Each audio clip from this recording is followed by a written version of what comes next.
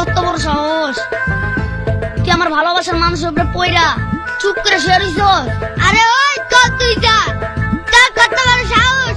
তুই আমার ভালোবাসার মানুষের নিয়ে বাজে কথা কস। ওই তোর মুজা, কামটা কিন্তু ভালো হইতাছে না। আমি কিন্তু তোরে খায়া ফালামু।